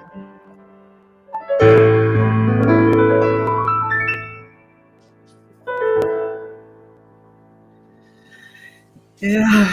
Oh, ayan ang daming nakarelate sa ating mga kababayan. May mga kababayan tayong umiyak, may kababayan tayong naalala na yan ang mga bagong bayani natin, mga kababayan natin na umaalis sa bansa natin na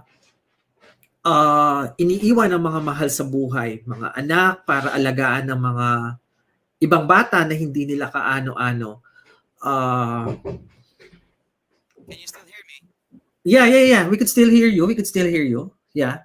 And ikaw mismo na-experience mo bilang isang OFW before kung gaano kasakit ang mawalay sa mga mahal sa buhay sa maikling panahon. Minsan, matagal na panahon, pag bumalik ka sa Pilipinas, hindi na ka na kakilala ng mga anak mo or maaring, dahil kagaya ngayon, dahil sa pandemic, ay hindi makauwi basta-basta. Particularly if may mga kababayan tayo, mga kamag-anak tayo na nagkaroon ng problema at sumakabilang buhay. Yeah, it's a very famous song by Mr. Freddie Aguilar. And thank you That's for true. inspiring.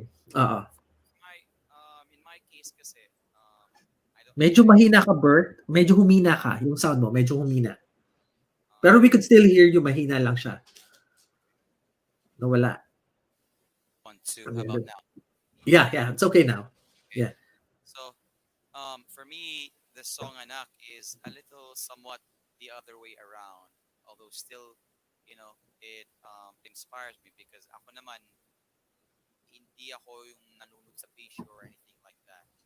You know, I just think that it's a very powerful song Yeah. to share to others because sila Medyo marami dyan. Bert, sorry ha. Medyo humina ang sound. Hindi ko lang kung ako lang nakakarinig na mahina or other Lang, I skinny. think wala ako. Excuse me lang. Wait lang. Okay, sige. Oo. Ayan po ha, mga kababayan, habang inaayos po yung microphone, yung sound niya. Sabi ni Miss Delia Sato, there's a Japanese version of Anak. It's famous song, karaoke. Hindi po namin kayo pinapaiyak ngayong gabi, but trying to reflect ito pong nangyayari sa atin. So, sa mga kababayan po natin nasa ibang bansa, pwede nyo pong tawagan ang inyong mga mahal sa buhay sa Pilipinas. This episode, isa po siguro sa pinaka-touching episode na ginawa natin. Hindi po dahil sa gusto namin kayong paiyakin, but also to sariwain natin ano pa ang pinaka-mission natin, bakit tayo umalis sa bansa natin. Ayan ba? Okay na ba? I don't think so. Sige. Pag I think nangyari to kanina. So technical But we could still difficulties. hear you naman. Medyo mahina lang na konti, but we could still hear you. Sige. Yeah, if I'm to fix it completely, the video would have to Na? mamamatay yung video Oo. broadcast. Oo. Yeah, but we could still hear. Sige, go on. Go on. So, but yeah, my apologies, technical difficulties. Mm-mm. Very soon enough, maaayos to, maniwala kayo sa akin. Yeah. Oo. Maayos yan sa ating mga kababayan. Oo. Oo. Yes. Mahina daw, hindi marinig. One, Ayan, two. lumakas na. Yan, lumakas. Tinutukan ko na yung bibig ko sa mikropono. Lumakas na. Sabi ni Lumakas Jocelyn, na. malaki, Yan, mahina yan. ang sound. O, mahina ang Lumakas na sound. ba? Okay. Yan, So, lumakas na konti. tama yung sinabi mo, Mike. It's very true. Marami akong nakita as a seaman or even land-based, mga kaibigan natin, mga OFWs, there is always that little tiny chance pag natikman na na kumikita ka ng kulay green na pera, no? Yung kulay green na pera, yung dolyares or whatever currency, no? There's always that chance we tend to forget of where we came from and how it was before na nangyari yun. So, my advice, namatay yata yung camera ko. Mm. Hindi, okay siya. Yung camera ko nawala yata. Kaya camera mo. Pero nakikita ka, naka-freeze ka lang sa ano. Mga technical, Uh, technical problems natin, no? But okay lang, naririnig ka namin. so, Sige. my what I was gonna say is um, always remember never to forget where we came from, saan tayo nanggaling, how life was when we were still back here. Gaya na sinabi ko kanina, I mean, imagine 2007, the people na tumulong sa akin uh, during times of difficulties. Nasa dayuhan akong bansa, nasa ibang bansa ako, isa akong dayuhan sa isa sa bansa na yun. I'm in a foreign country with nothing, you know, and yet there were Filipinos who were there and helped me, tinulungan ako, yung ganon. And we have to remember those people. Kahit yumamang ka na sa abroad, kahit saan ka man mapunta sa anong parte ng mundo, when you reach your goal, always remember na ang Diyos ay mabait. There's a God who's watching over us. There's a God who loves us dearly, you know. And don't forget where you came from, and the people who love you back home and the people who cared about you back home. Yun. Mm. Let's just always keep that in mind. Yun. Yeah. Ano lang, konting ano lang, from experience lang, ganun. Mm. Yes, yes, correct.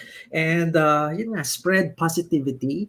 Uh, in God's time, lahat ng desire mo, your heart's desire, matutupad lahat yan. Konti na lang yan. Mga kababayan po natin, let me share this to you. Please follow. Oh, yeah, back na. Please follow Robert Cozma sa kanyang YouTube. Just type, no, hanapin nyo Robert Cozma. And sa kanyang Facebook din. Facebook page. Ano ang Facebook page mo? Shawarma Boss ba o Robert Cozma din? You can invite them. Um, You can greet them ay, before we have ayaw ko finals. ayaw kong maging komplikado Oo. kasi ang Shawarma Boss yung na viral. Mm-mm. However, meron din kasi akong fan page na Robert Mm-mm. Cozma din ang pangalan. Mm-mm. Siguro pupunta rin yan dyan one of these days. So, kung hindi po nakakabigat po sa inyo, pwede po kayo mag-follow at mag-like sa Shawarma Boss. Pwede rin po kayo mag-follow at mag-like dun sa Robert Cozma. But then, of course, kagaya din po by the way, congratulations, Michael. Your first year anniversary being monetized on YouTube and doing a lot. Yeah, Congratulations. this February I'm is our very first happy for you. anniversary. Very, Yes. very happy for you. Yes. Dito galing yan, kaibigan. And, ako, awa ng Diyos siguro, papunta na ako dyan. Mm-mm. So, antayin natin. So, meron din akong YouTube page. Robert Cozma din yung pangalan Mm-mm. niya. So, tulad ngayon, may binabala ko kung i-post na video, Mm-mm. excuse me, na ang tawag ko sa video na ito ay letting go. Hindi ko muna sabihin kung anong ibig Oo. sabihin ng letting go na yan. So, para maintrigahan sila. Mm-mm. Inaasikaso ko pa lang to. Tapos, yun nga, sa Shawarma Boss, after going live and putting videos on Shawarma Boss, nilalagay ko rin syempre sa YouTube, tulad nung harana ni Mm-mm. Bossing. Tumutugtog ako live, inaawitan ko sila, hinaharanaan ko sila, you know. Tapos yung tinatawag na honeymoon ni Bossing, yung Mm-mm. ganon, kaming dalawa mag-asawa. And then yun nga, meron din kaming ginawa not too long ago. Katulad ng ginawa mo din, Michael, not too long ago, as also I believe yung mga ITAS, yung mga native Mm-mm. Filipinos, namigay tayo ng foods and clothes and toys and things like that. Mm-mm. Yun yung mga ginagawa namin. So, it would mean a lot if you guys, can like and follow and share and subscribe. Malaking tulong po ito. And this is just the Yeah. beginning. Why? Because marami pa po tayong gagawin, marami pa po tayong pupuntahan, at marami pa pong mga pwedeng gawin. Katulad po Mm-mm. ng ginagawa ni Dr. Michael. Tingnan nyo siya. Ang dami niya natutulungan ng mga OFWs diyan po sa kanyang lugar. So, siyempre, Ito yun, kasi yun. bigla, meron na siyang reverb ngayon. Oo. Bigla. Siyempre, katulad ng ginagawa ni Michael, ni Dr. Mike, he's a doctor for crying out loud, you know? Does he need to do this? I don't think you need to do this. Do you? I mean, you're a doctor. Ako po, hanggang high school lang po ang natapos ko. Ano po? the person who's interviewing me right now humbles me very much, no? Kasi po doktor po siya. May pinag-aralan, may tinapos, may kinalalagyan po siya. At marami po siyang mga taong tinutulungan sa iba't ibang mga bagay. Ako po nagsisimula pa lang po. Kung Facebook at saka YouTube pa lang ang pag-uusapan po, nagsisimula pa lang po. Pero hindi naman po masama mangarap. Gusto rin natin marating yung mga ganun bagay. We wanna do more for others, not just for my personal sake and my family, but for others as well. Katulad din ni Dr. Mike. Yan. Yes. Anyway, ito na. Before we end this program, before tayo magpasalamat sa ating mga friends na nanonood, na mga friends natin sa US, sa UK, sa Japan, mamaya, papasalamatan natin sila. Yun nga, yung sinasabi ko kanina, The Story, anong kanta? Ito yung song na kinanta mo rin. Am I right? During the audition, unforgettable song na kinanta mo. Hindi. Matindi ito. Matindi ito kanta na to eh. It is an unforgettable song for me. It's a beautiful song as well, actually. Okay. So, ladies and gentlemen, please welcome. Okay. Can I do something really quickly? Sure. Sige. Meron po akong natirang konting wine simula nung New Year, no? Okay. I want to share with everybody, and I want to say, more power to you, Michael. Sa ginagawa mo sa mga OFWs dyan sa Hong Kong at sa iba't ibang parte ng mundo sa mga videos mo. And I would also like to say cheers, long life, and may God bless you all and protect you. And, sa lahat po ng mga OFWs, cheers po sa inyo lahat. Saludo po kami sa inyo. Mahal na mahal po namin kayo. Cheers po. And cheers Happy New Year. Kahit water lang nandito sa Yes, okay lang yan. Okay lang yan. Salud. All right. Shall we do this? Yes. Natin mag-shoutout kayo dyan. Mag-shoutout muna tayo? Shoutout ba muna? Or like... Mamaya na yung shoutout after ng song natin. Itong mga lumalabas na chat box natin, ipopost ko sa screen. Sige.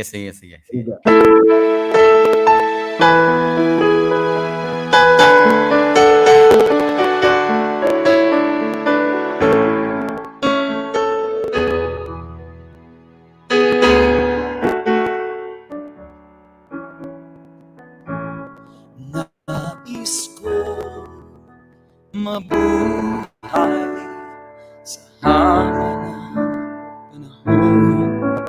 Kung ito'y lilipas, ay ika'y kapiling ko ang aking buhay. Ang aking buhay sa'yo ibibigay.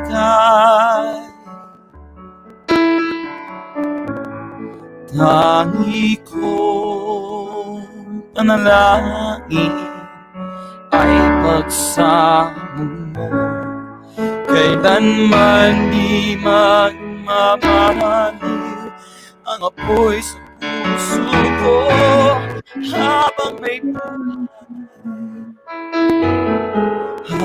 may buhay, hanggang ang dugo ko ay dumadaloy. Sa'yo lamang iyan ang aking buhay, ang aking buhay sa'yo ibibigay.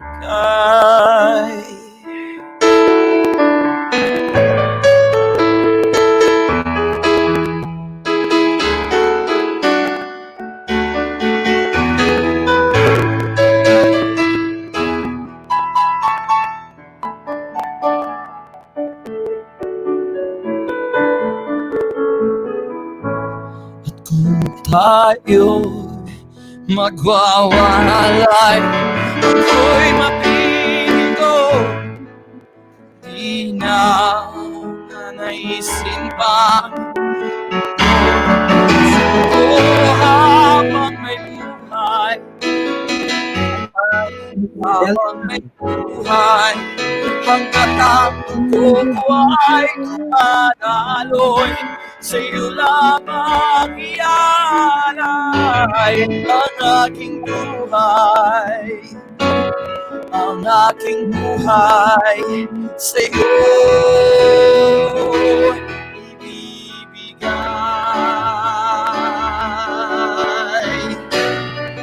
Ibig ko malaman mo hanggang sa dulo ng mundo ang pangalan ko sa'yo.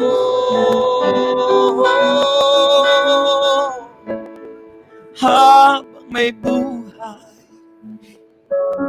habang may buhay, hanggat ang dugo ko ay dumadaloy, sa'yo lamang iaalay ang aking buhay, ang aking buhay sa'yo ibibigay.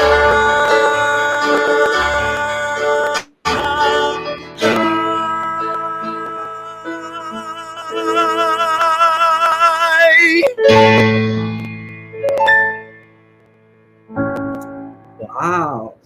Ayan, wow. Habang may buhay. Yan po ay mensahe sa ating kaibigan na si Mr. Robert Cozma na don't lose hope, mga kababayan. Yes. So magtatapos tayo ngayong gabi. Habang may buhay, continuous lang yan. Sabi nga, ito maraming mga nagsha-shoutout. Oh. Lee Cueva, support po natin si Sir Robert. Sabi niya, Flor Emmanuel, yes, habang may buhay, may pag-asa. Ems Hong Kong, oh my, OMG, love this song so much. Habang may buhay. Dedicated to all my loved ones, missing my family, and thanks for this song. Okay, it's your time now. Do you want to greet someone, your friends? Shout out sa mga friends mo. It's your time, Mr. Robert Cozma. Ang aking napakagandang asawa at assistant and OJT and wife, aka Chris Vernal, no?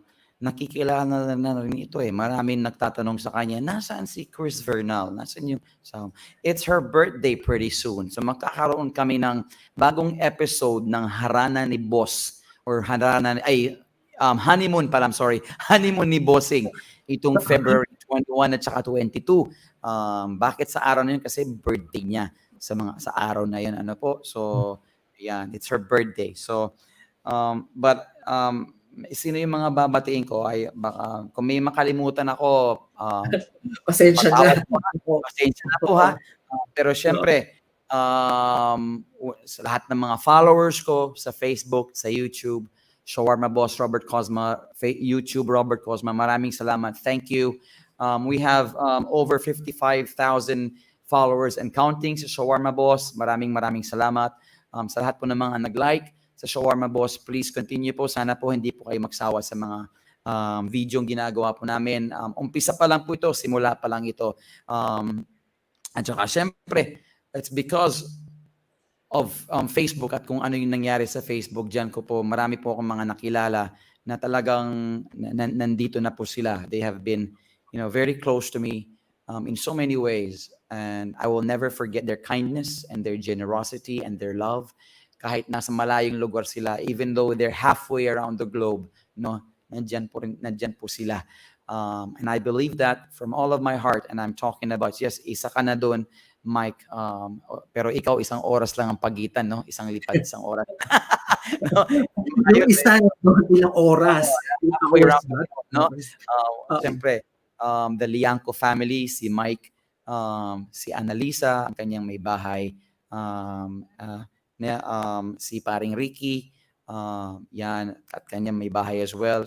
And we have a new friend as well, si director ng NFL Studios. Ang tindi nito, really humble guy, down to earth, si Direct Del Luna. Ano po? And of course, yung mga sa Facebook, maraming love na love ako nito. Si Madam Remy, the Baluyot family. Sweetheart, please help me out.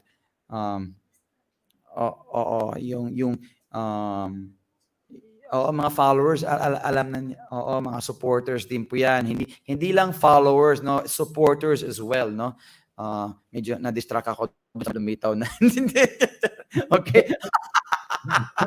Ayun, lagi Marami pala. pong bibigyan mga kababayan natin, eh, oo. Oo, Ayan, ayun. happy birthday in advance sabi ni Miss Oh, Annalisa happy Esmeralda. birthday. Hello, happy Oo. birthday po. Yun lang, yun lang.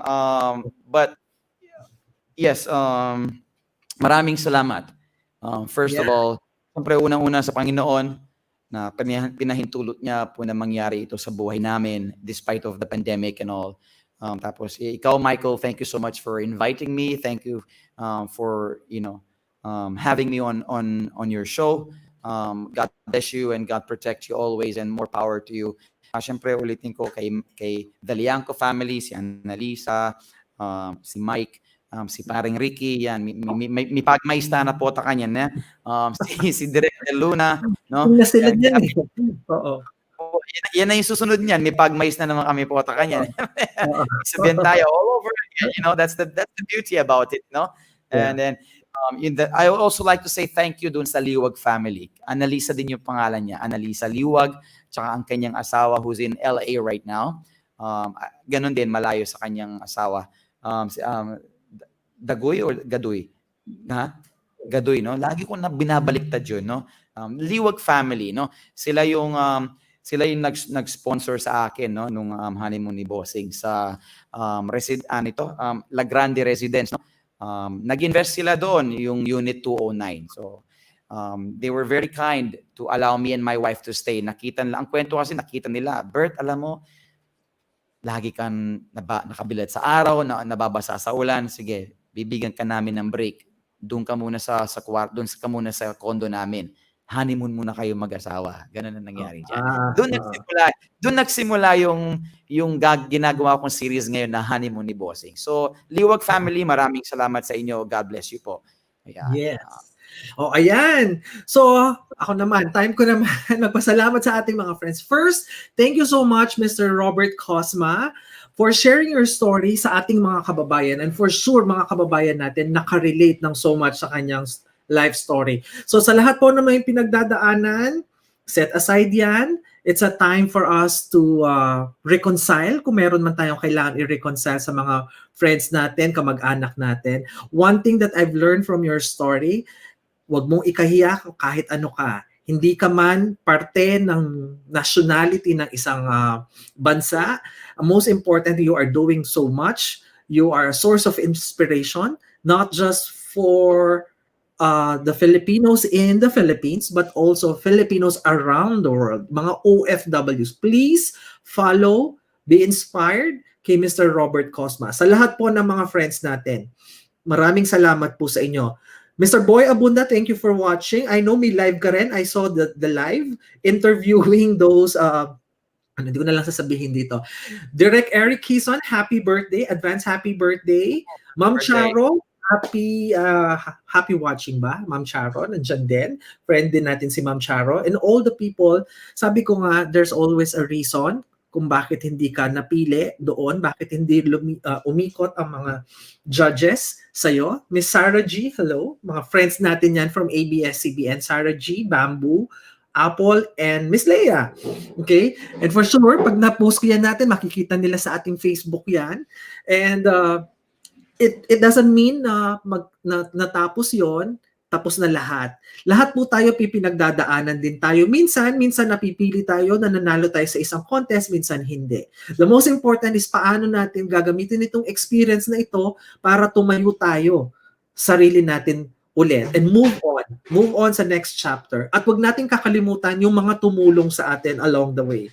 And I know marami tayong mga kaibigan na tumulong.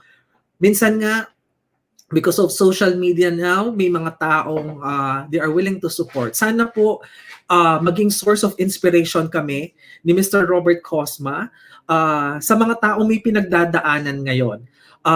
Remember, dami namin na pagdaanan, maaring kayo ay may pinagdadaanan. Then, ang importante, don't lose hope and you always pray. Regardless kung ano man pong religion na paniniwala meron kayo.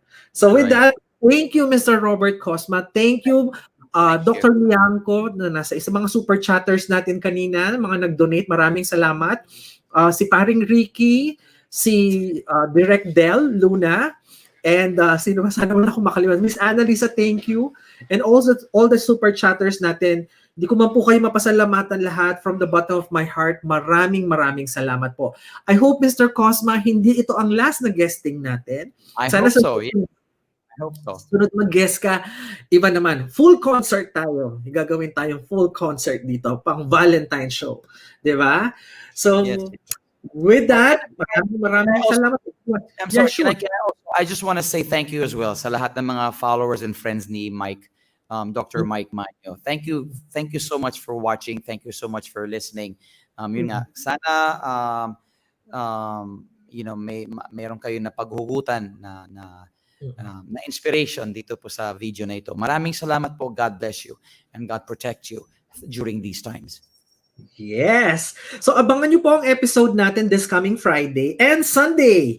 Sana matuloy. Hindi ko pwedeng i-announce another singer from the Philippines, famous singer, kasama ni na Sarah G before. Oo. Under Viva. Kung pwede kong sabihin yun. So abangan nyo po, this coming Sunday, he would be my guest. Sana kung pwede, ay maayos yung schedule niya. Tip lang, artista siya na pumasok sa pagpipiloto. So abangan nyo yun, kilala nyo na siguro yun. But anyway, maraming salamat po sa inyong lahat sa panonood. Be safe, be healthy, be nice to everyone. Sa lahat po ng subscribers, viewers natin, once again, this is Dr. Mike. Magandang umaga, hapon, and gabi. Have a great night, everyone. Maraming salamat. Thank you, Mr. Cozma. See you soon. Thank you. See you soon. Bye-bye. Bye-bye.